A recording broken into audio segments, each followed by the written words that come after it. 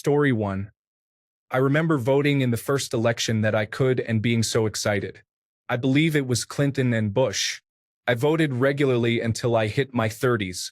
I was working a ranch job and lived on the property for about 15 years. I didn't vote at all during that time. I was just too tired and beat up. The idea of getting off work and heading straight to a polling place to stand in line for an hour while covered in horse and cow manure just sounded like a terrible idea. Then I went to night classes, got a better job, and suddenly was much more willing to get out and vote. I've participated in the last three. I think people can forget or just don't know how hard it can be to care about politics when you are broke, hurting, and just plain exhausted. I think there are far more exhausted and beaten up non-voters than people realize. Story 2. All the actual answers are downvoted at the bottom of the thread. Come on, guys. You may not like them, but people clicked this to read what they had to say. They should be at the top. Story 3. Voter turnout for this election was 58%, which is about on par with every presidential election. Around 40% of the country never cares about voting. I know several people who are in this 40% and ask them why, and it basically always comes down to the fact that they think their vote doesn't matter. Story 4. I kind of wish I did, but I don't regret that decision. I usually vote, but everything went wrong on my end. My dog got attacked, and I spent the night at the animal emergency vet. Thieves broke into my place. The battery went out on the car. I lost a family member. I barely had enough strength to take care of myself, let alone vote. Maybe someone better than I could have held it together, but I was exhausted. Story 5. Overseas voter here. The ballot was redirected to the wrong address the first time, then never arrived after the address was corrected, with plenty of time still left. All my other mail from the United States got through just fine, though. Story 6. Terrible. I've always hated politics. In my opinion, 99% are liars just interested in gathering more wealth, promising whatever they need to promise regardless of if they have any intention of following through. I felt that until the two-party system is gone, votes don't matter because Democrats and Republicans are two sides of the same coin. Apparently, I was wrong. I didn't expect it to be this bad. Maybe I trusted the checks and balances too much. I'm not sure. I do know this is way worse than I ever imagined, and if I had known better, I'd have done a lot differently. If there's another opportunity, I will definitely be voting. Story 7. I live in a blue county in a sea of red in our state, Kentucky. My wife and many of my friends didn't vote, but I did. We all knew it was futile because we knew our county would be the only blue. It's almost pointless in that regard, and I honestly understand why they didn't vote. Story 8. I tried to go vote on election day, but apparently, I was registered in a different county about 3 hours away and couldn't vote in my current area. I had about $3 to last 3 days for gas, so I was not able to make it. Story 9. Well, I didn't deliberately abstain because my state is unfavorable and neglects people. But it was so bad here that there weren't even Democratic candidates.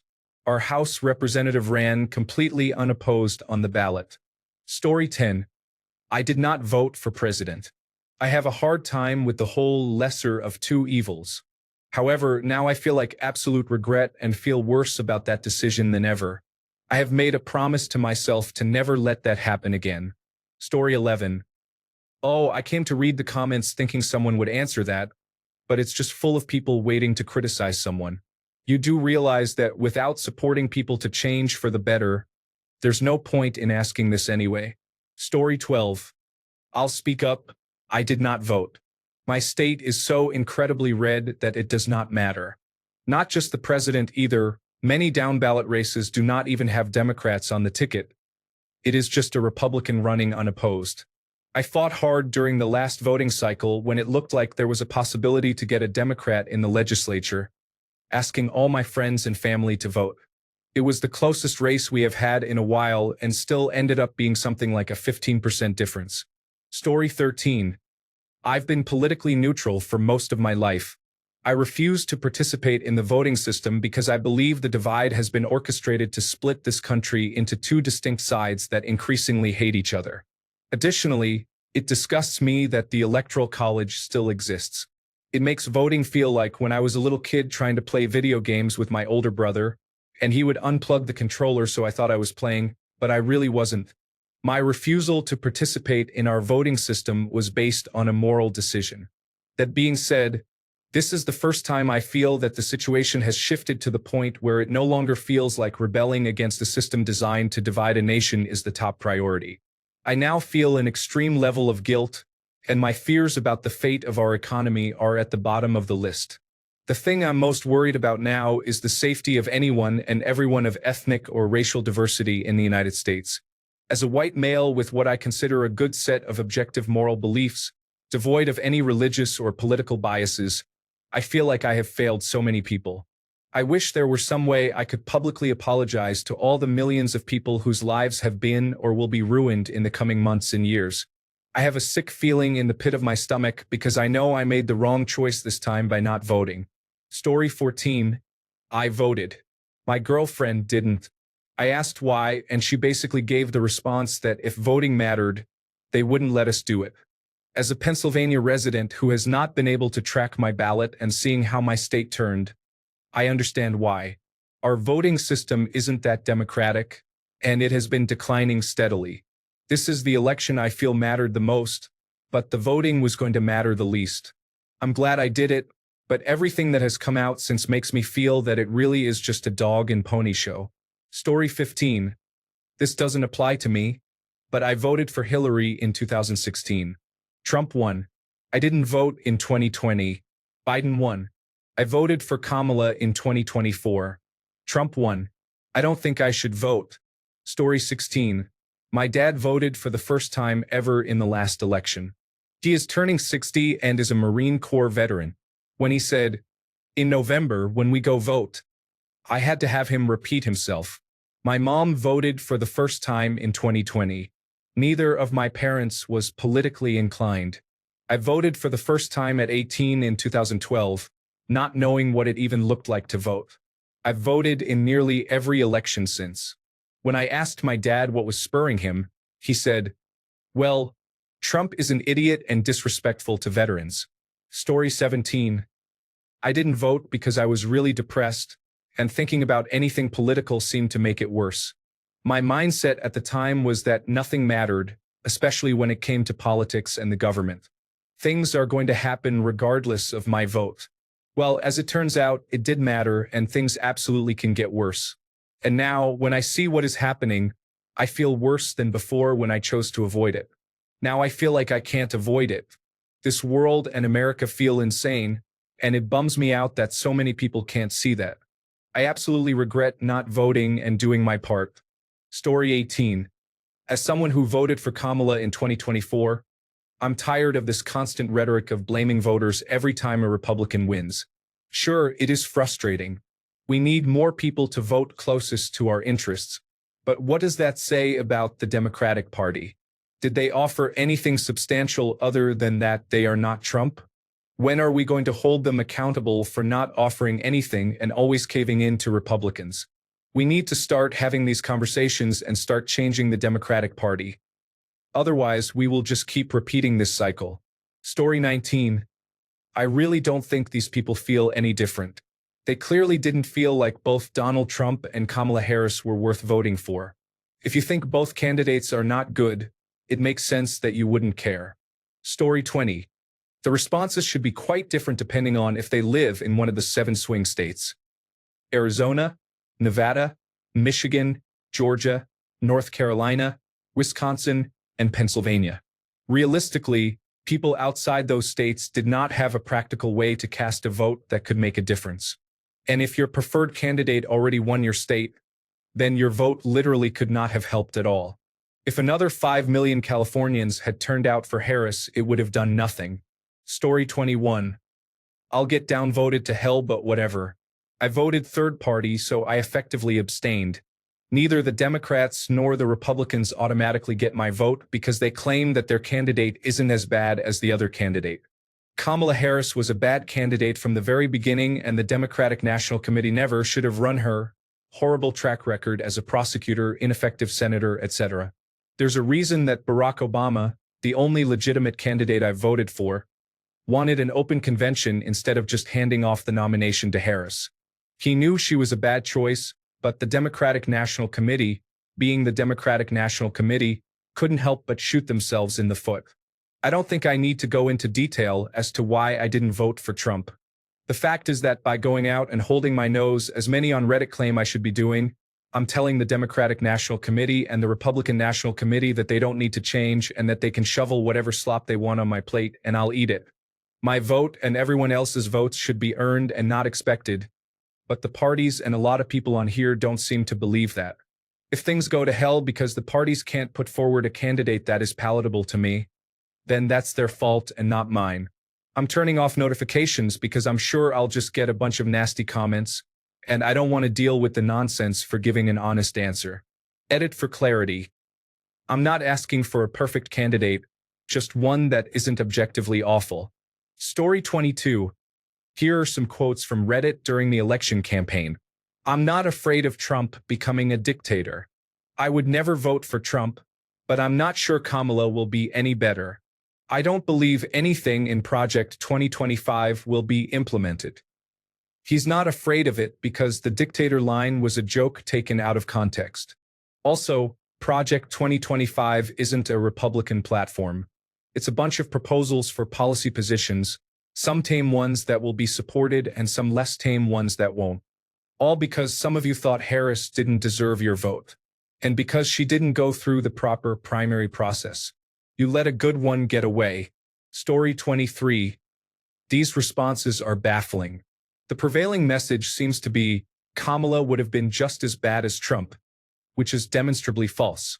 Would Kamala have pulled out of the World Health Organization and nominated an anti-vaxxer as Secretary for Health and Human Services? Or is sweeping outbreaks of infectious diseases not going to affect you? Would Kamala have allowed a tech billionaire unprecedented access to government systems and policymaking? Elon Musk doesn't care what happens to the economy so long as he gets richer, and if that means tanking all of his competitors and putting thousands out of work, he'll do it. Will that not affect you? Trump responded to a plane crash by blaming diversity, equity, inclusion, and accessibility. He lies constantly and plays whataboutism when called on it.